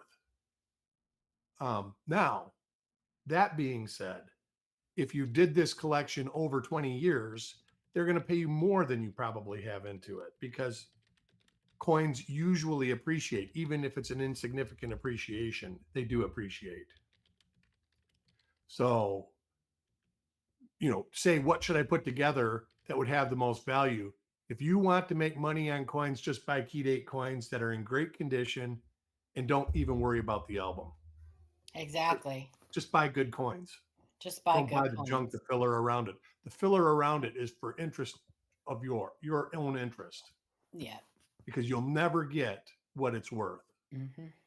One thing that I want to talk about, and I've said this a number of times, if you're going to do books, the book you use matters. Okay. So make sure that you're getting something that's archival quality and make sure that you're investing in a good quality book. Just because you spend a lot of money for the book doesn't make it good quality. Make sure the book that you get is archival quality or museum quality. Um, Absolute yeah, wisdom right there. because Archival quality is important. because if you don't, you run the risk of having what happened with Paula's grandmother and her Mercury dimes, Yeah. which was Well, my quite sad. grandmother's biggest mistake was that she put coins that were better condition than circulated condition in books instead of albums, in folders. She put them in the like Whitman folders, and those are okay to store circulated, coins, but anything above that, terrible, terrible. Well, here's just a good piece of advice. If you're collecting something that you think is high in quality, you should treat it as such. You should Yeah, treat it like it's high quality. Whitman is not high quality. It's a piece of, yeah, it's for kids. I mean, that's how I got re-involved in the hobby, as my son actually wanted those blue penny folders. He saw them at like Walmart or something. And it's like, well, that's a great Christmas present. Got him pennies and this and that. And then I was the one that was back. I had collected when I was a kid. He did it for 8 months and he was done. And there I am 30 years later with pennies falling out all the doors of my house. yeah, yeah. So Folders are okay for like kids, and like I said, for if you're just going through pocket change and putting like a nickel set together through pocket change or Right. whatever. But even then, if you find like a 50D, or if you find, like, if you're doing the Jeffersons, or you find anything that's mint state, don't put it in a folder. Um, First of all, why would you want to collect anything where you can't see both sides of the coin? I don't that, understand that. They're going to tone completely different. They're going to wear completely different. You're going to have an obverse side with that's in better condition than the reverse side, or vice versa, I versa think when versa. those trifold folders came out, the thing was you were going to go look through your pocket change for the dates to see if you could fill the whole folder. Right, right, and that's It was like fun. a game. It was relaxation. It wasn't meant to be Hmm. for an archival collector. Right. But like getting back to how do you make it $10,000 in coin turn into $12,000? Start out with fifty First step is thousand. to buy a $10,000 coin, Yep. Yeah. Yeah. Exactly. Yeah. Exactly. singular, not a bunch of $100 coins, Right. or not a bunch And of $1 coins. Ken Peavy used to say, if you want to make $1 million in this hobby, you have to start out with 2 million. That's for the normal collector. That is correct. Yep. You don't get into this to make money. You get into it for the. You can't put a price on happiness and pleasure. Mm-mm. People do that way too much and say, "Well, I can't afford." My daughter, she says, "I love to make candles." I says, "Well, go ahead and make candles. It's a great hobby." She said, "Well, I can't afford it." I said, "Well, it sounds to me that you can't afford not to, because you're spending all this money on pre-made candles." Yeah. Now she makes candles. She goes, "Wow, in the long run, it costs no more, and I get all this relaxation and fun out of it." I says, "There you go." Now, let's talk about, you can make a living in this hobby. There You are can, ways and you can there make your are hobby ways to pay make a for living itself. in this hobby. You just have, so there's several different ways. You can learn to cherry pick, and I don't mean just like varieties and things like that. I Cherry mean, pick. like, No, there's yeah, ways to make money. right. You can do like Adam, that's what he pretty much exclusively does coins now, because he has learned to grade coins. So he buys rolls of coins and he picks out the really great ones, and he does bulk grading. Bulk grading. The And thing, there is an typically, issue with bulk grading. out of He- 50 coins that he sends in, or out of 100 coins that he sends in, he gets 10 that more than pay for his grading fees and actually make him some good And money. he'll probably get one or two Yeah, that that are will. because the way Yeah. that the bulk graders do it, I've done some bulk grading. Mhm. They'll go through the registry and they'll see what 67s are paying good money. Mhm. Those dates go on the list. When you bulk grade, like I say, getting above, I've only seen one coin in a bulk grade come back as a 67 plus. Very rarely do they give intermediate grades in a bulk grade. They don't go above 67. I have never seen anybody get a 68 in a bulk grade. Yeah. Never even heard of it. But yet I know people that have took 67s out of the bulk grade, resubmitted them, and got a 68. Hey, Slot Crush, thanks for the $5 super chat. I appreciate you, my friend. And that's the cherry pick right there. Good to see But you. Yeah. doing that, like I know a Lincoln cent pretty good. You need to know the absolute where all the high spots are on the coin, where the Mhm. first rubs are. What is eye And he appeal? does almost exclusively Lincoln cents. Right. He does cherry pick Franklins. He loves to Yep. cherry pick They're Franklins. easy to And cherry what he pick. has learned to, and varieties, period. Yeah. What he will do though with those is if he finds a variety that is an unattributed variety, either a graded or a raw one, he'll send it in to be graded first. Well, And then he'll resubmit it to have that's right. the It's cheaper that variety. way. It's cheaper that way. So there are things that, but yeah, knowledge is key. That is kind of my point that I'm And trying. even with the junk stuff, I'm taking the long you route. can The buy scenic junk route. stuff and trade with your friends, or even Mhm. buy and sell it loosely, Yeah. and not make a living off of it, but make enough to support your bad habit. Mhm. You know, make enough to support your, like I'm into pennies. You make enough. But to there support are your ways pennies. to make a living out of this hobby. Be There prepared is, to there work is. though. You have to put the work in. That is You key. can't. It's just Yeah. like all the people that find stuff and send it into live coin Q&A.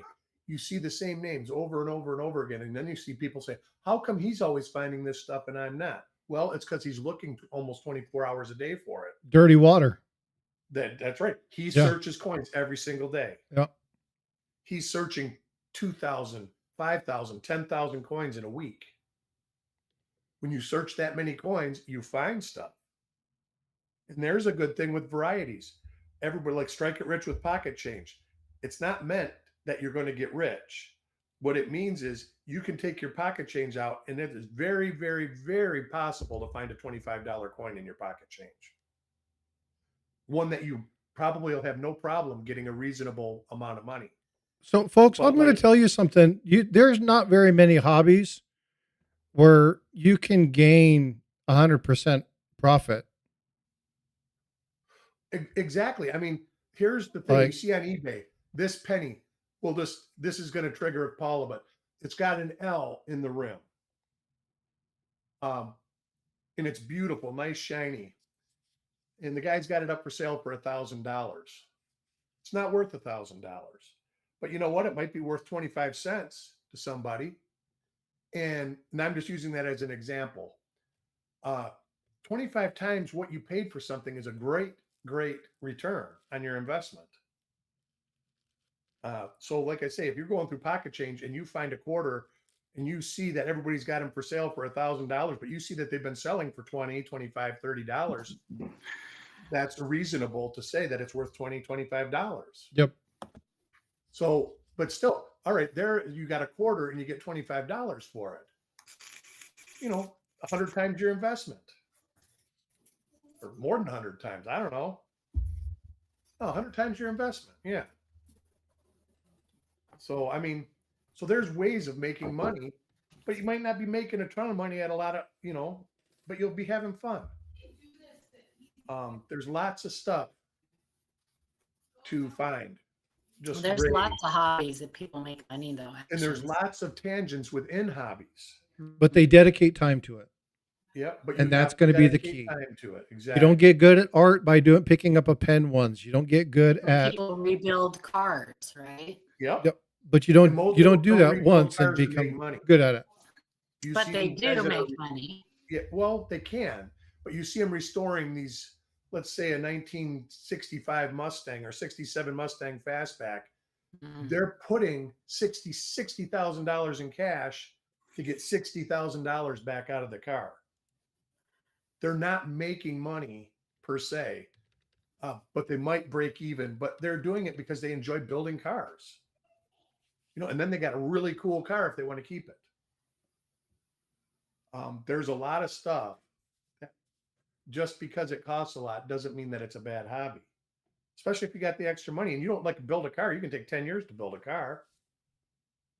So, but yeah, The key is to not lose money. That's the key to me. Or if you're going to in lose this money, hobby, if you're losing money, it's because you haven't learned enough. Or that if you're losing money, no, do it because you want to buy something and it's just an expenditure of money. well, you know what I'm saying? Say somebody walked I up and do, but they had 500 mint sewn bags. I would probably go. now I have overpaid for coins before. I have, but that's not like I'm talking about like as a whole, right? In this hobby, well, my point was I've spent more than I should have to buy something that I didn't need because I wanted it. Oh, we've all done that. And that's my point in. Yeah, we've all done that. You can lose money somehow. I didn't buy it with the actual thought that, if I buy this, I'm going to make money off of it. I bought it with the thought of, I want this so I can do this with it. A good piece of advice to alleviate that, it doesn't mean it's going to solve it all the time. But if you know, and again, Ashes, are you still in here? I don't know how many times I seen certain coins up for sale, and it's like, man, there you go. So how many times over the last year did I ask you about a 1921, a 1928, or a 1827 large cent, right? Like I've asked a number of times, hey, what's the best price on this? Or what do you got? What deal can you do? Show me the item. Let me see. I got to figure out which coin I can do. I research it. I knew what my price point was. And I've asked Ashes probably 1,000 times over the last year, hey, can you look for this coin? Let me see it. This might be something I'm interested in. I know I want to get it. Know what you want. If you're going to go to a coin shop, if you're going to go to a coin show, have an idea of what you're looking for. Take the money for that item, get it, and then don't take any more money. Don't take your card. Don't take anything, because go with the budget. Always go with the budget. A lot of people will spend and go, and they'll come back. Now, I did this in Tulsa when I went to Tulsa. Ashes coin pimp, but I went to Tulsa and I'm like, I'm buying 3 coins. I already knew what they were. Paul and I had already worked out a deal for one. I had already talked to Mike from Mid-America to do a trade so that I could do one of the other coins. I already knew one coin I was interested in, but I wanted to see if I was going to get a deal for it. And then I bought one just because Ida gave me a deal I couldn't refuse. Mm-hmm. Right? Because it was for Bifrost. It was for my daughter. And she's like, I'm like, I love it. I can't do that. She goes, well, I'll give it to you for this. I was like, no, you can't do that. I can't do that. But that was my point. Sometimes you buy things just because you like them. Value has nothing to do with it. But if I would have taken to overpay on a cheap coin than I am an expensive coin. Absolutely. Yeah. But if I would have taken a whole bunch of money, there's a whole lot of other cool stuff that would have been there. Mm-hmm. So if you're going to go to a coin shop, you're going to go to a coin show, you're going to do something like that, always budget. And make it to where it's hard for you to get your money when you go. Because you'll find that you leave. Now, sometimes you're going to get to a place where, you know what, you can't, I'll put that away. I'll be back. I'm going to get that because the deal is too good to refuse. You weren't planning on it. You saw something you absolutely want, or like Paula and I about called you Chuck, but Eric were saying just a second ago, cherry picking. if you happen to find something, you weren't planning on it, but you're there just to look, right? Then yeah, that's fine. But again, normally situations like that, you're spending $5 for a $60 coin. For instance, the coin that was recently had by Adam in Tulsa, right? Was it the Chinese panda coin or whatever that was? What? Wasn't it Adam that did the Chinese panda coin? Oh, Chinese panda coin. Wasn't it the panda coin, the Chinese coin that he got in Tulsa?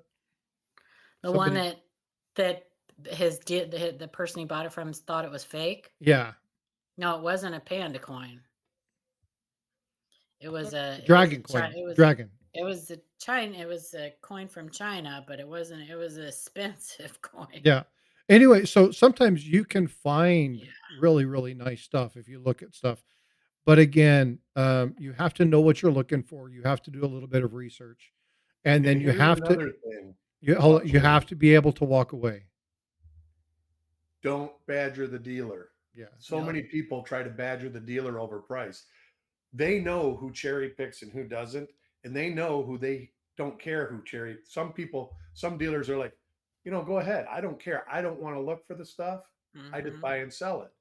But they know there's people that come to cherry pick and they'll say, nope, get away, because they know you're going to badger them and beat them up and try to get money off, and you're already cherry picking them. So you're making money already. If you're cherry picking something, don't be combative about getting the best deal that you can get. That was always something, there should be enough on the branches for everybody to make a little bit. So, yep. And if you spend any amount of time at a dealer's table, buy something from him. Sure. That's definitely a courtesy. Or offer your seat up. If you've come to the conclusion, the chances are, and you see people collecting around you, say, hey, I'll get up and you guys can have the seat because I'm almost done here and I'll come back later. They really appreciate that, especially if they're like a volume dealer. If you're sitting there trying to cherry pick them for one coin and they're used to selling lots of coins, because there's a lot of wholesale dealers at these shows. That's another key thing. Make it pleasurable for them to deal with you.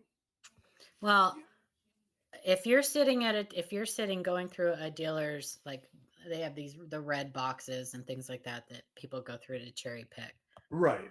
When you start out, pick out a couple coins that you're willing to pay for, even though they're not cherry picks, like even though they're not varieties or whatever. You're like, oh, I could use that for my album or whatever. Set those aside. Uh-oh. Did we lose her? Well, her mic is going, but I wonder if she's still here, so her power didn't go out. Yeah. But so definitely don't beat them up. And she's right. Making a purchase of something is always a good idea too. Lix59 just became a member. Thank you, Lix. I appreciate you. I never paid attention so much. because I usually end up buying stuff anyway. So